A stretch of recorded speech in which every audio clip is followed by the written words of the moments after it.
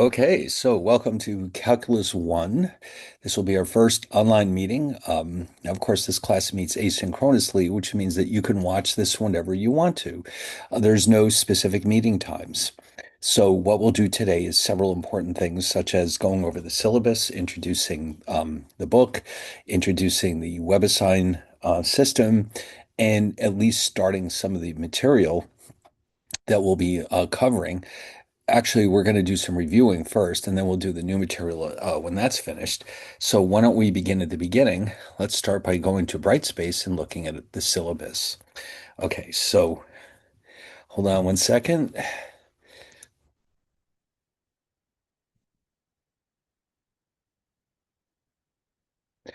Where are we? There we go. Okay, great. So when you go to your Brightspace account, you'll of course find your course. If you go to your Brightspace home, you'll have all the courses that you've signed up for. I have two, as you can see. So we'll start with Calculus 1. And then what I recommend we do for today at least is take a look at the table of contents because this way you'll be able to see everything all together in one place. So to get there, you can hit content and then table of contents is at the very top. And then by doing it this way, you can see the entire list of everything that's in Brightspace all at once. Okay, if you need to. So we'll go back to the top. And what's going to happen here is we'll go down a bit and you'll see we have this document called Prepping for Purchase Summer 2026. You don't really need this if you actually go to SUNY Purchase. It's really meant for everybody else who may not be a student here. It's all the different information that you might need about the school, for example, important phone numbers, who to contact for different questions you might have, dates for dropping out of the class or joining the class. All these other policies are listed here, how to pay your bill, important details like that. So that's here if you need it. And so what we want to focus here on first is our syllabus, of course, which tells us everything we need to know about this course. And let's get that open. All right, let's go back to the table of contents. Okay, here it is. Now I think I already have it open. Let me just go confirm that. Nope, not that. Here we go. All right, so here's the syllabus. Now, of course, all the key details are here. My information is here. If you notice, we've got classroom is online, of course, because we meet online. We don't actually ever come to a classroom. Office hours, they're really, in principle, there's no physical office hours, of course, but what you can do is you can arrange a Zoom session. Now, right now, this video is being recorded with the Zoom system, and you've probably seen it before. If you've ever had an online class at your school, it was probably Zoom or something similar to that they were using. So if you need office hours, you can send me an email and the address is right here and just ask for office hours and then we can figure out what time we're both available and then we can set up a Zoom session. Okay. Now, failing that, if you don't really need a whole session, you just have some quick questions, you can send me an email or as we'll see in a few minutes, the Brightspace system, the Cengage system that we'll be using has a mechanism that lets you send me questions directly as well. So any way you look at it, you can reach me very quickly and easily and then ask any questions that you may have about the material or the course or whatever it may be. So now the title of the book is here. We'll discuss that in a few minutes. This is the important part. Web assigned by Cengage. This is where all of the assignments in the exams will be found. So this one we have to go to Brightspace for a minute and find the location of where you will sign up for this. And it is towards the top. In fact, I think it's at the very top. It doesn't, I mean, it's kind of deceiving the way it's written. The folder says Access WebAssign here. What they're basically telling you is that in order to sign up for your Cengage account, which will enable you to do all the assignments for the course, you have to click on this link and it will guide you through the process. Now, one good thing about this is that the textbook is actually included with your Cengage account, it's already there. It's an electronic version, of course, but it's already in there. If you want a physical version, you can certainly order one from Amazon. But if you don't need one physical book, the one here is perfectly fine. Now, the drawback, though, is that you do have to pay for this. Now, having said that, at this point in time, a calculus textbook is going to cost you at least, let's say, $300 or more. So the course, this Cengage system, which you'll be using, is something in the neighborhood of $120, $130. I've forgotten the exact amount. And what that lets you do is use the web assign system. And you'll see in a minute that that's where all of your assignments are found, including the two exams. And it also gives you access to the book. Okay, so you want to do this as soon as you can. You want to get in here and sign up for this account so that you can start working on the assignments right away. So let me show you the Cengage website. You'll log in here. It's cengage.com. In my case, it's faculty.cengage.com. And your course is here. Oh, that means it expects me to log in again. If I wait too long, it doesn't like that. Okay. Um, Hold on, let's try that again. Now, by the way, if you were in pre-calculus with me in the spring, you probably won't have to pay for this again. Um, I believe it's set up so that it's meant to cover multiple semesters, but you'll have to investigate that. Um, if you have any issues, by the way, just let me know right away, and I'll have Cengage look into it. Like if you can't log in, or if you can't sign up, or if you're not sure if you have to pay for it again, you can let me know by email, and then I'll call up Cengage and see what they say. Okay. So yeah, those of you who are in my pre-cal class last spring, it's very possible you may not have to pay for this a second time. So that's good news, right? Let's keep our fingers crossed. But anyway, so you go to your course, and in your case, it's probably just going to be the one, Calc 1. And what happens is that you open it up. And by the way, your interface is likely to be different than the one I have right here. But the important thing is that we're Calc 1. Here's the list of the assignments. Now, right now, you see it says no assignments. If you want to see them all together in one place, you have to click on this all button. And look at them all. Now you can see these are the assignments that we'll be working on during this course. It looks like a huge list, but we do have 8 weeks, which is roughly half of a normal semester. So we're only basically covering the material about twice as fast as usual. So it looks like a lot, but that's what you expect during a summer session. And so the schedules over here, you can see the due dates. They're all Sunday nights at 11:59 p.m. And you click it on and you work on the assignment. And you know what's going to happen here is it'll ask you a bunch of questions. And for each one, you'll get 3 chances at that question. So if you don't get it right the first time, don't panic. It'll let you try it again up to 3 times. And it'll also offer you hints based on the textbook. It'll also, in some cases, offer you the chance to watch a video to help you further understand what the question is all about. Now, you do have to watch out for one thing, though. Um, it will often give you very specific directions for how to enter the results. Okay, in other words, it may say use 2 digits of accuracy, or it might tell you that you need to use certain abbreviations or whatever the case may be. Make sure you read the instructions very carefully. Okay. Because otherwise you might enter the right answer and it'll mark you wrong because you didn't put it in the right format. So it's very sensitive to formats, as you'll discover as we go along.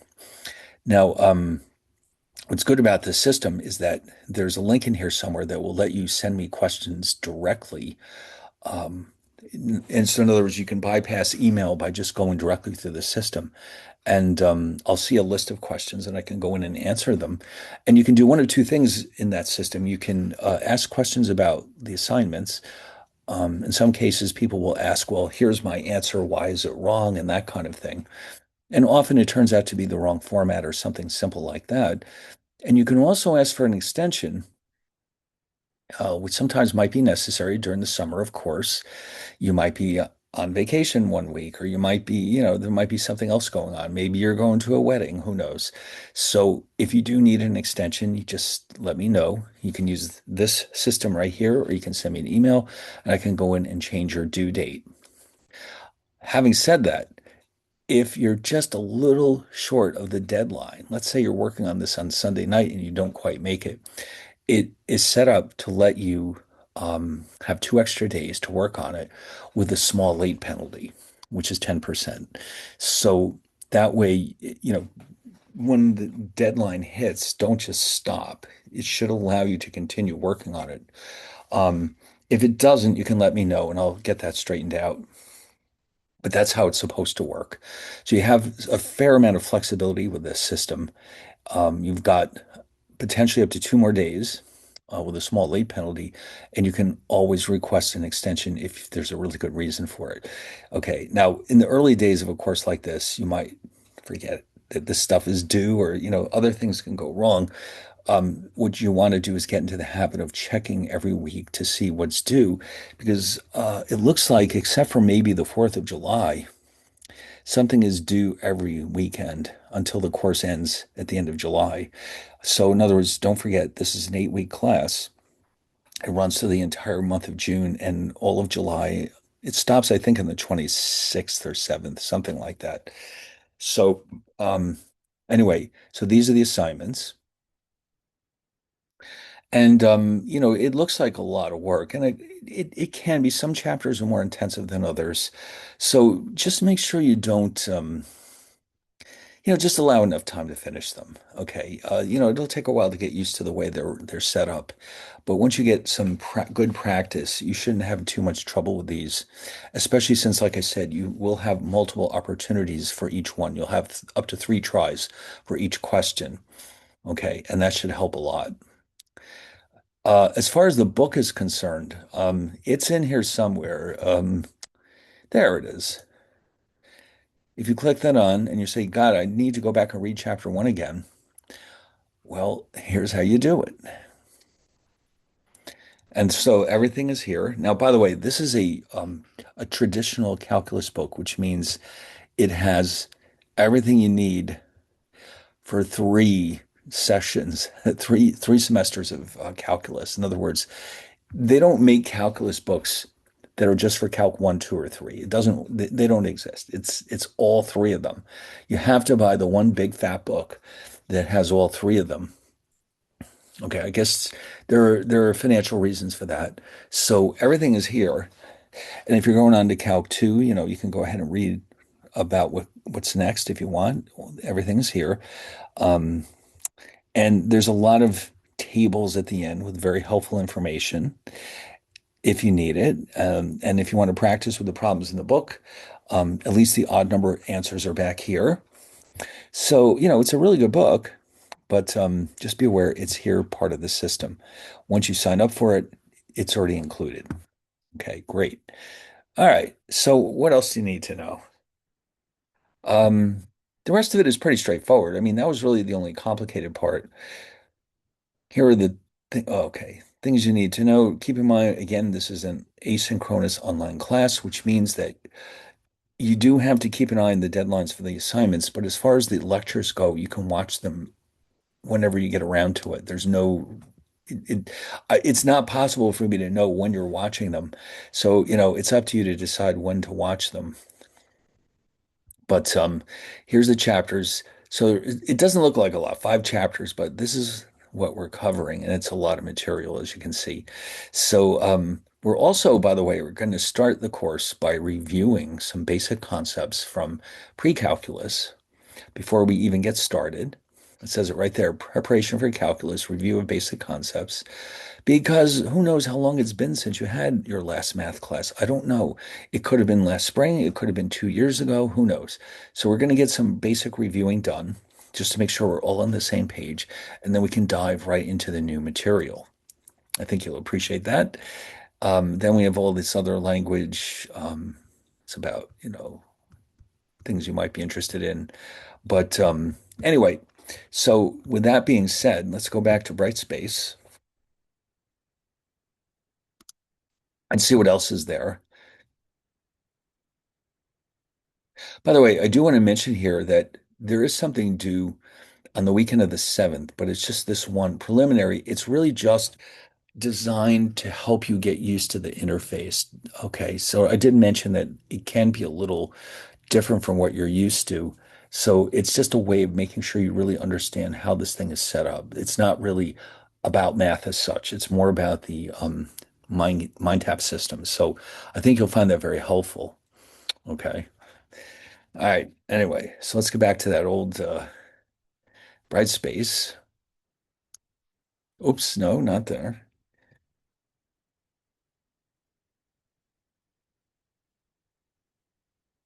What happened?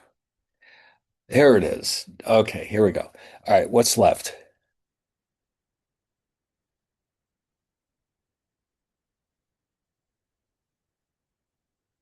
All right, here we go. So this is the link again to sign up um, for the Cengage account. This is details about SUNY Purchase if you need them. This is our syllabus. And then now here I've done something that I think can be potentially very helpful. If you look in the back of this book, like any other calculus book, there's several very important tables of references. And what I've done is I've gathered together the ones that you might need for this course. You don't have to use them, but they're there just in case you want them. For example, if when we're doing integration, you might say, wow, wouldn't it be nice to have all these rules together in one convenient location? And well, there they are. So, and this, of course, came from the back of the book. So all I really did was take what we need and put it into this folder so that it's there in case you need to look at it. It could be very helpful to you while you're doing your assignments, to say the least. So those are here under tables. Let's see, what else do we have? Here we go. Now, as I was saying before, the book introduces calculus.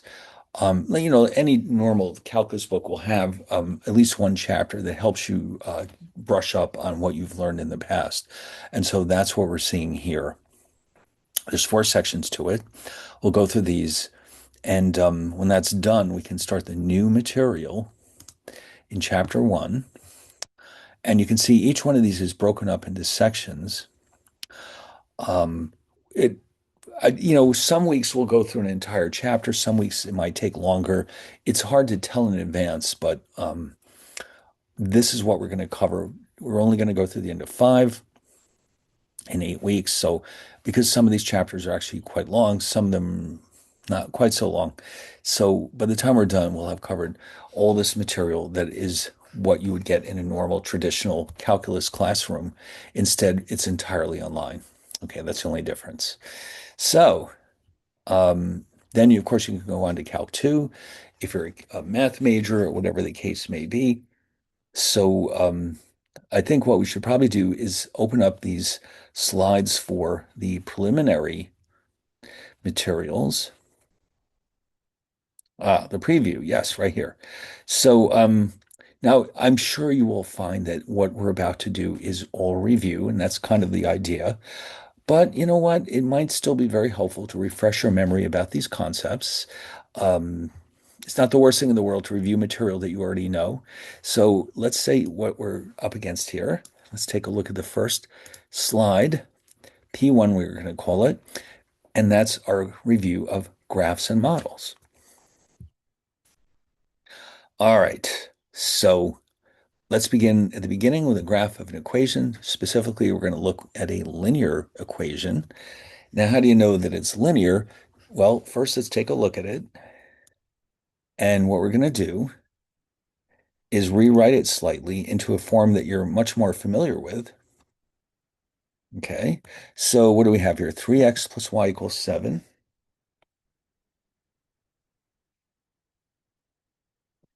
So why don't we start out by subtracting the 3x?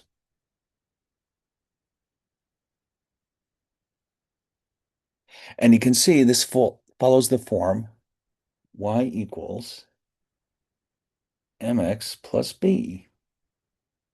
Now, of course, we all recognize that as the formula of a straight line. M is the slope of this line.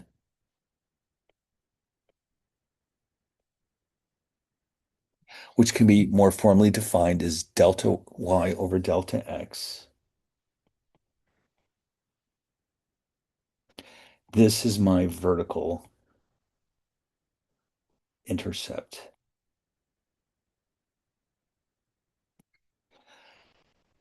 All right, so y equals minus 3x plus 7. So what we would like to do is start out by graphing it.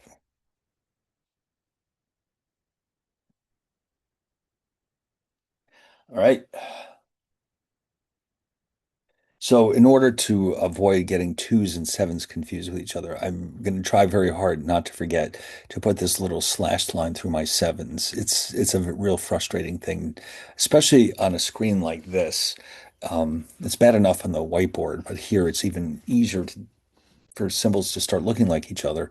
So, what do we know about this equation? Well, first of all, we know that it has a negative slope, and we also know it has a positive intercept. So why don't we start with the intercept? So here, of course, is our XY coordinate system, and Y is the dependent variable,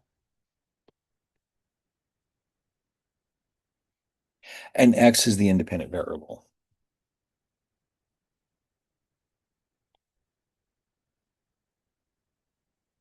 In other words, what we're seeing here is that Y is a function of X.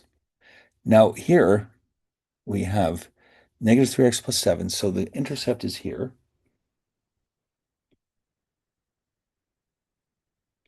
That's the point 0.07. And then we have a negative slope.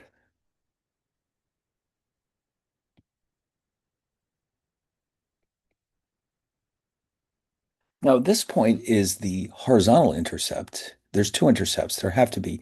Unless the line is flat, it's going to cross the horizontal axis exactly once. And we call that the horizontal intercept, or sometimes it's called the x-intercept. How do we find it, by the way? Well, what do we know about this point? We know that no matter what x is, y is equal to 0. So to find the horizontal intercept,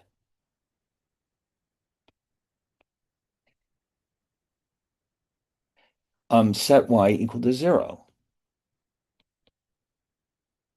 and then solve. Okay. So in other words,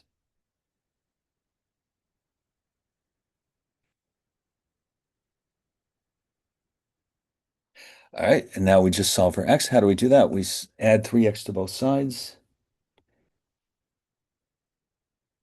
and then we divide out the 3, and voila, there is our intercept. So in other words, the point that you're seeing there is the point 7/3, 0. Oh, oh my God, what happened there?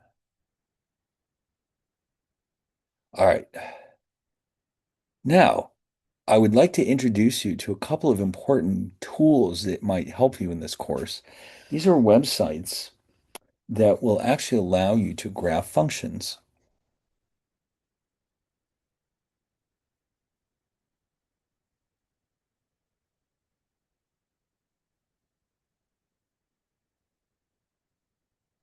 One of them is called Symbolab, and the other is called Desmos.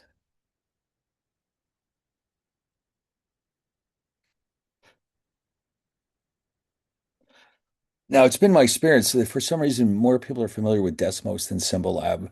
I don't know why. I tend to use Symbolab myself. I'm just more comfortable with it. But if we take this equation to Symbolab and say, please show us the graph, it'll come back with exactly what you're seeing here. So if you go to symbolab.com, which I happen to have open right here somewhere,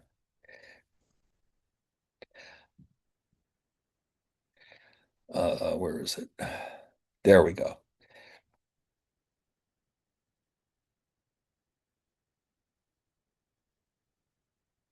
Just type the equation. Then you have to hit the go button. By the way, this is it's free. It's like so many software products in this day and age. It's completely free, but they also have a more expensive version that you can subscribe to if you want to. If you find this thing to be very helpful, you might want to consider it. It's not very expensive. It's like a few bucks a month. Um, So here it is. Now they're going to give you a lot of details about this function over here.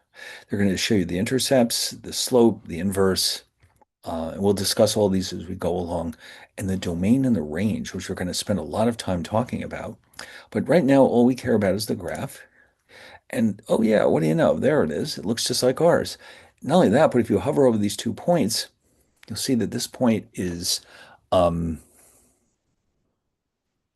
what's going on here? Hold on. There it is. 0, comma 7 is the y-intercept, as we already showed, and 7/3 0 is the x-intercept, again, as we showed. Okay. Now, for something this simple, this isn't terribly helpful, but, for more complicated cases, we'll find out pretty quickly that this thing can be enormously helpful in helping us understand how to plot very complicated functions, because sometimes they can be really a nightmare. So so far everything's all set. That's good. And then we can move on to our next example, which is um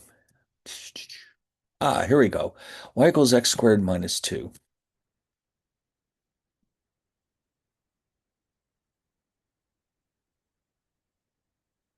Now, of course, this one is different because the highest power of x is 2. Now that's very significant. Um, this is a quadratic equation. Okay, the word quadratic means there's an x squared term in there somewhere. Now that changes the whole property. All the properties really of this function are very different. The graph itself can take one of two forms. Um, the graph is a parabola, and the parabola can either, let me show you the graph in a second.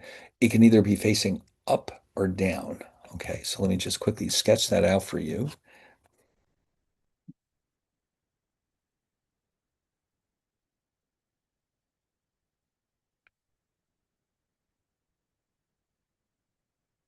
Uh-oh, hold on a second. I just realized I was doing something wrong there.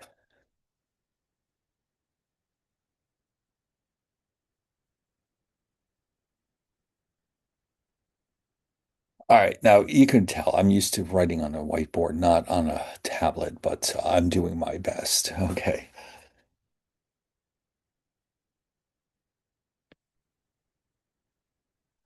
All right, so the one on the left obviously is facing up, the one on the right is facing down. Those are the only two forms that a parabola can take. Um, now, how can we tell them apart? All right, now that's an interesting question. So here, the general expression for a quadratic form equation is this.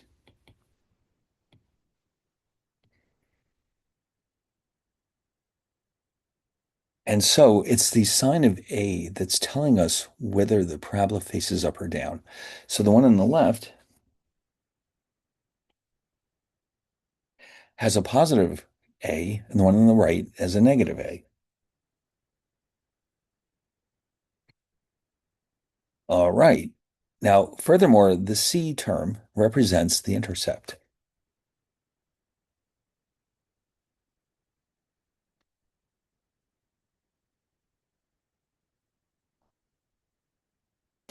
Okay, so we can gather all that information about our graph from the A and the C coordinates in this equation.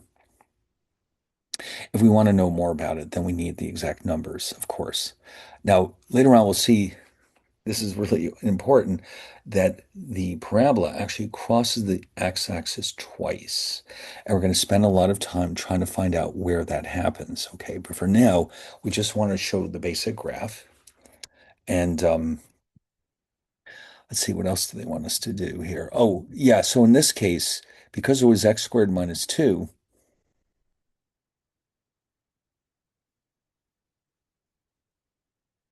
um, that would mean we have this.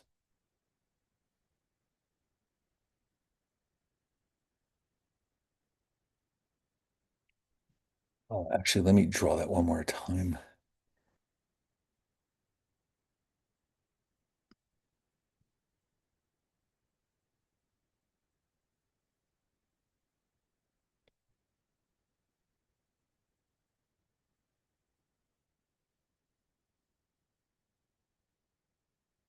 All right, so notice the vertical intercept is -2, and we know that it faces up.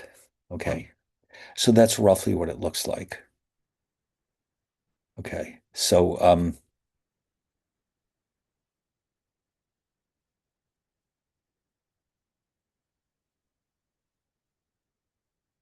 now we're not going to do this right now. If you want, you can take these and read them into Symbol Lab and take a look at their graphs. Um, we don't have time to do all of those right now. Instead, we are going to address this question about the intercepts, although we've kind of already discussed it. A function can have a vertical intercept and it can also have a horizontal intercept. You can see this graph on the left here. Actually, let me copy this into my notes so we can see it better.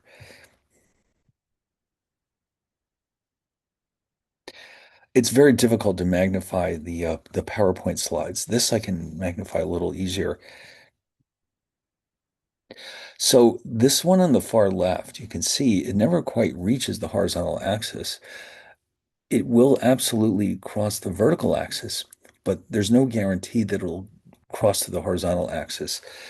That means um,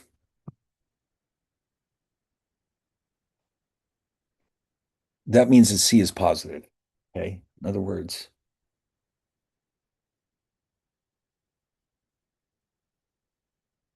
we know that A is positive because it's facing up, but the fact that the intercept is here means that C must also be positive.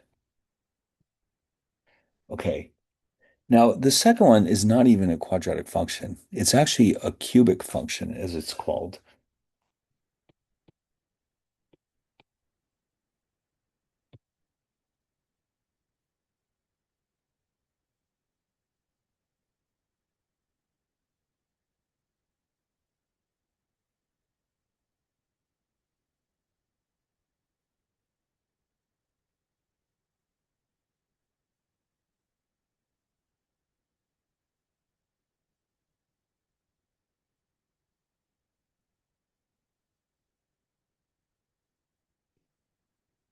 And that one is cubic, as it's called, because the highest power is obviously 3.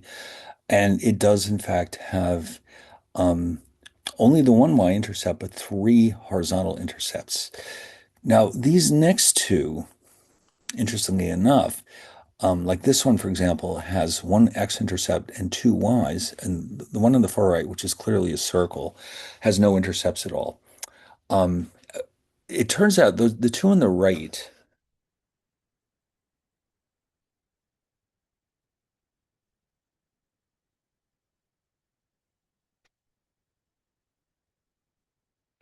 are not functions.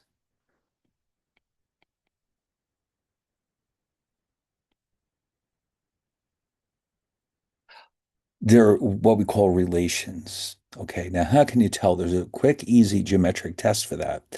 Um, the first one, well, actually, the third one, I should say, this one. Um,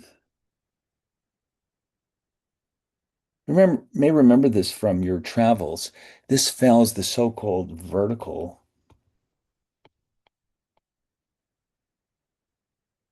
line test, which means if I can put a vertical line through here and it touches the curve twice, it is not a function.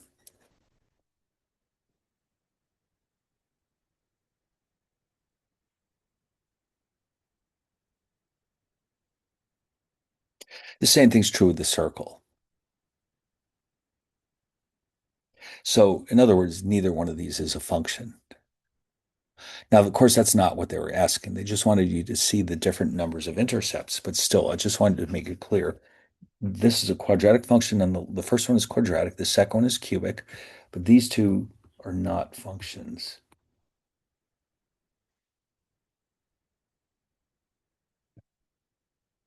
And their behavior is going to be very different than what we're used to seeing.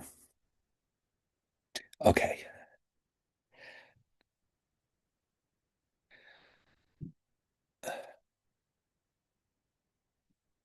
Now, here they're asking us to find the intercepts of a cubic function. Now, I think this might be a bit much for the first day back, but they're showing us how this works. It's clearly a cubic function. Y equals x cubed minus 4x.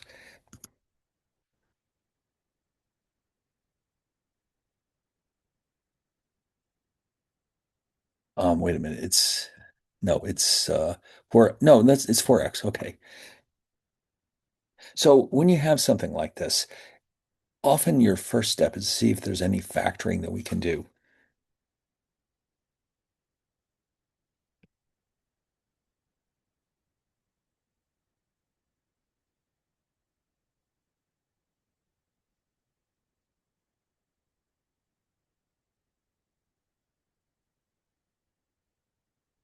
Now, here we have an x and we have a quadratic expression. Now, you can take this now and apply a technique to it called factoring.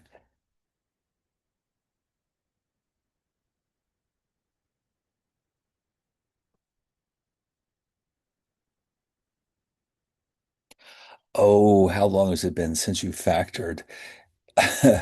So basically, what you're doing is the reverse of the FOIL process.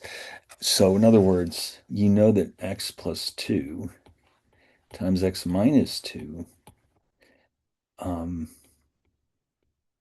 Remember FOIL, FOIL, first, outer, inner,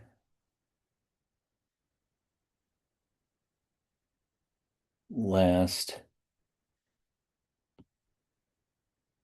And if you combine all of that,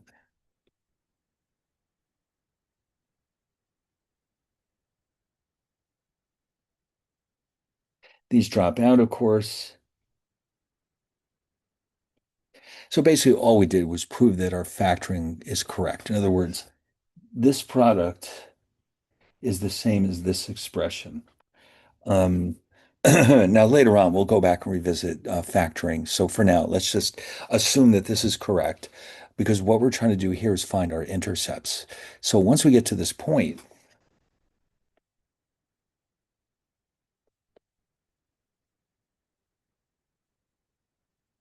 since we're looking for intercepts, horizontal intercepts, as we said earlier, that's where where y equals 0. Okay. So we set it equal to 0.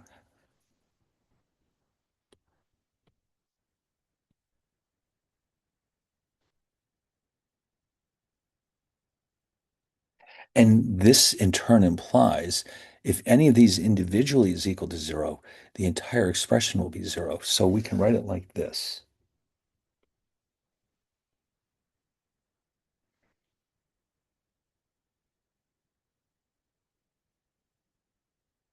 Okay. And then we solve for each of these individually.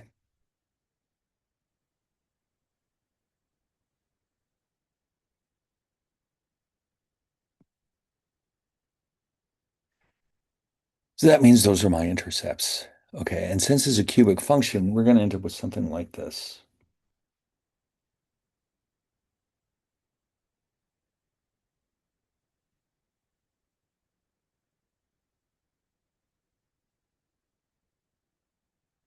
Oops. Sorry, got that backwards. Hold on one second. No, it's negative 2, 0, sorry.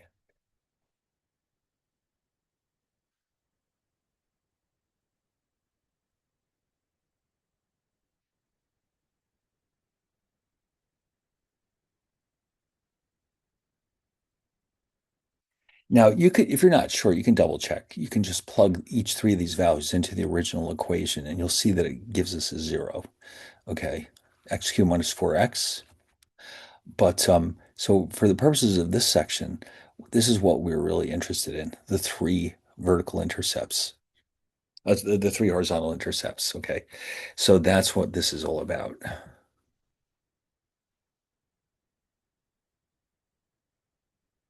Symmetry. Now we're going to run into this word from time to time. Symmetry means there's a balance of some kind.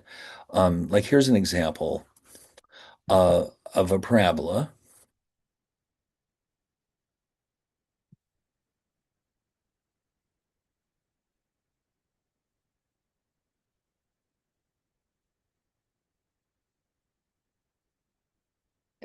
And are they, oh, okay, they picked those 2 points. Let me fix this a little.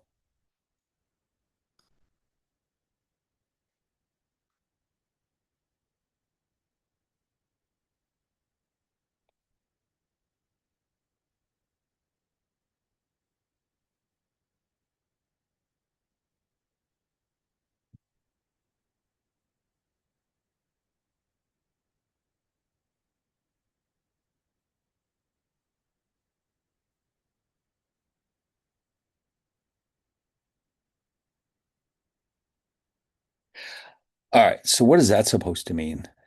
So that means if you notice that positive and negative x have the same value of y. So it's as if what we're really trying to find out here.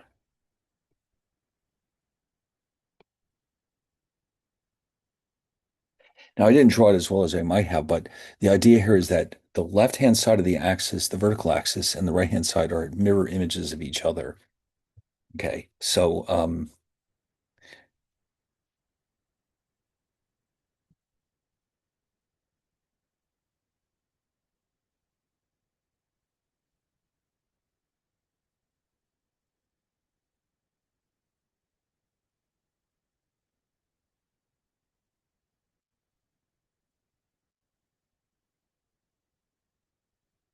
okay, so there's a balance between the two sides. Now, we can have other kinds of symmetry as well, not just from left to right.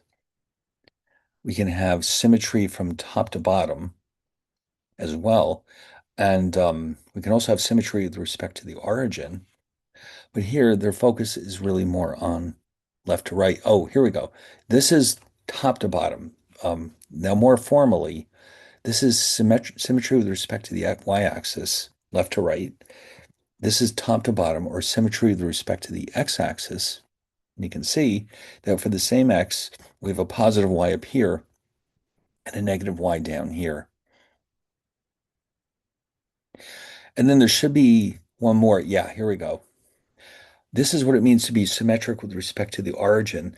For this point xy, we have to have down here negative x, negative y. And that means this is symmetry with respect to the origin. In other words, it's as if the first and the third quadrants are mirror images of each other. Okay. So those are the three basic types of symmetry that we may encounter. Let's see. Now, here they're going to bring us this notion of functions. Functions can be fall into one of two different categories. Well, actually, I shouldn't say it that way. Many functions are either even or odd, although many functions are neither. Um, this comes down to the symmetry. So, for example, here y equals 2x to the fourth minus x squared plus 2. Oh, hold on. Oh, they didn't show it. All right, this is when we use our friend Symbol Lab.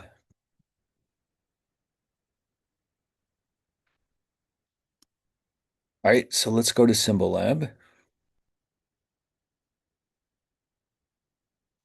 Um, hmm. Well, maybe it's gone. So, all right, I'll reopen it.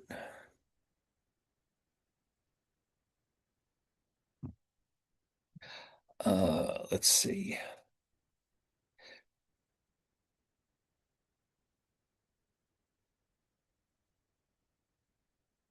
2x to the fourth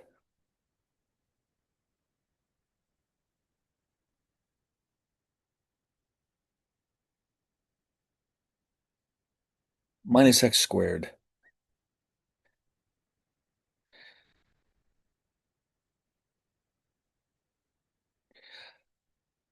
plus 2.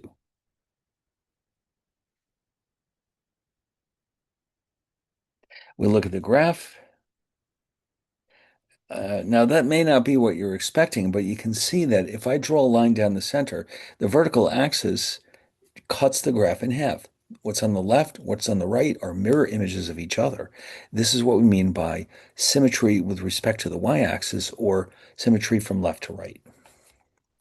Now, it's not a coincidence that the highest exponent is 4. When we have even exponents like that, we tend to get symmetry from left to right.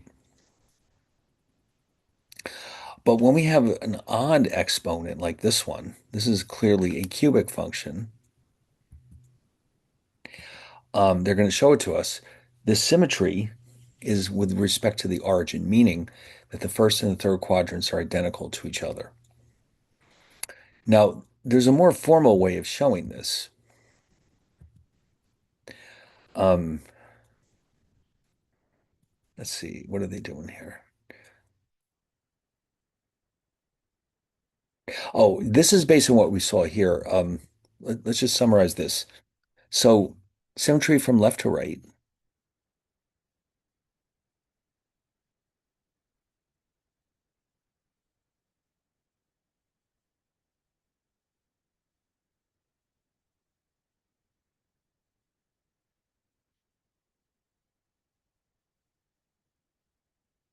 So for each xy um, on the graph, um, minus xy is also on the graph. Okay. With respect to the horizontal axis, which means top to bottom,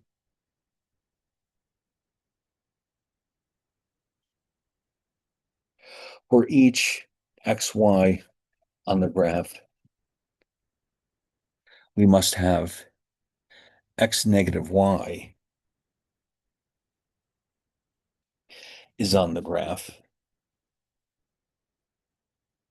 And then 3, with respect to the origin,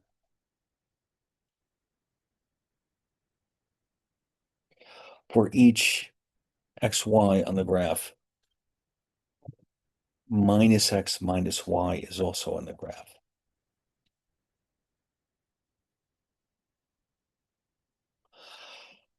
Okay, so we can prove this with a very simple case.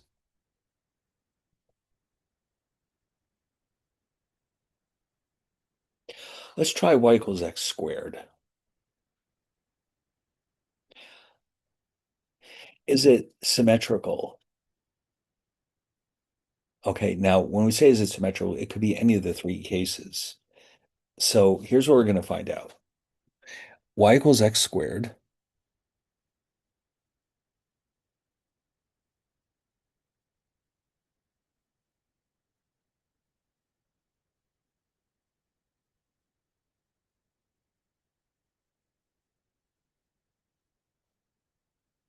Now you can see just by looking at it that it's symmetrical from left to right. But let's try it out algebraically.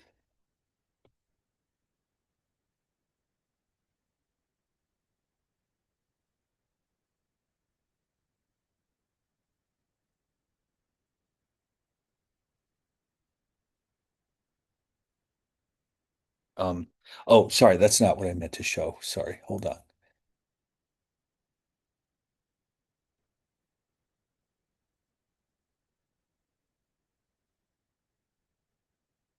Actually, I'm going to write it in a slightly different way. Might be easier to follow it this way. Now, remember from your travels, these both mean the same thing. Yeah, I think this will make it easier for us to follow.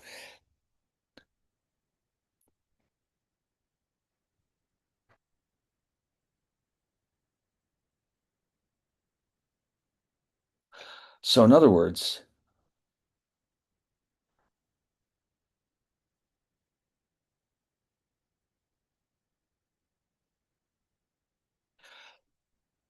no matter what x we pick,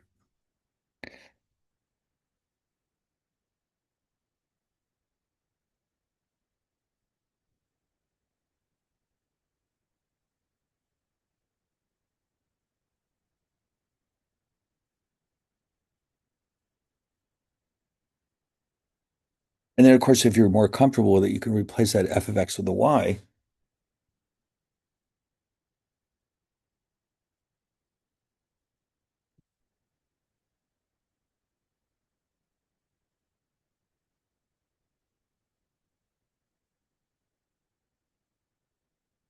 And it doesn't matter what X I pick. It could be 2, -8. It doesn't make any difference. Um, and so if you remember from these definitions, for each XY in the graph, negative XY is also on the graph. And so therefore, what we've proven is that,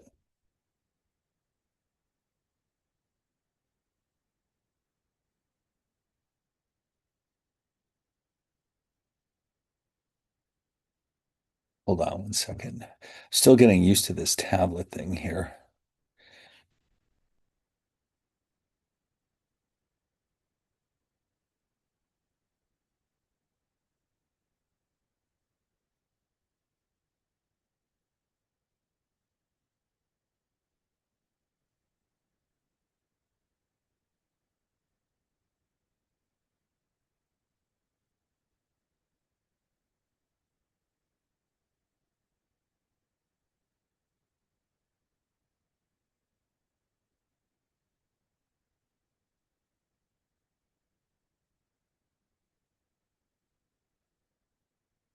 To the y-axis.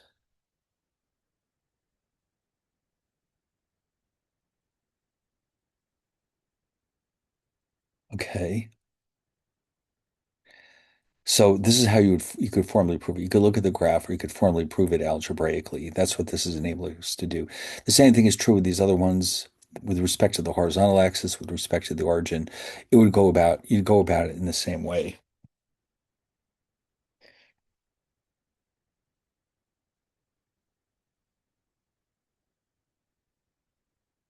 So this is what they did here. With 2x cubed minus x, it turns out that this is since this is has an odd leading exponent.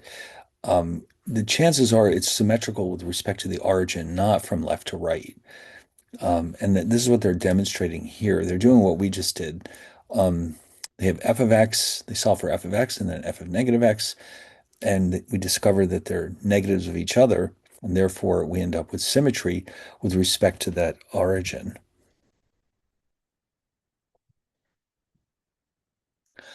Points of intersection. So here, what they're showing us is that they've got a parabola and a straight line. And you can see from the graph that clearly that straight line has to cut through there twice. And so how do we find them? Well, we just set them equal to each other and solve. So here, we ended up with y equals x squared minus 3. After some factoring, we discovered that x minus 2 times x plus 1 equals 0, which means the 2 points of intersection are just 2 and -1.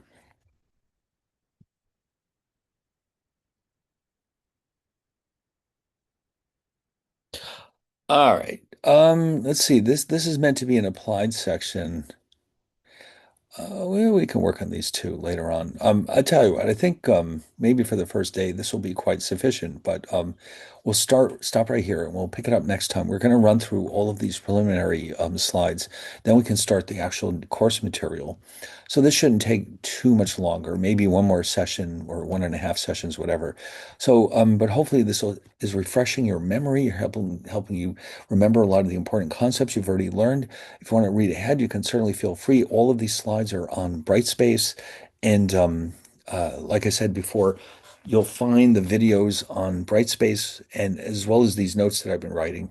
And then you'll be able to watch these at your leisure, but make sure you don't lose track of the time when the WebAssign problems are due. So I guess that means we'll cut it off for today, and then I'll see you next time.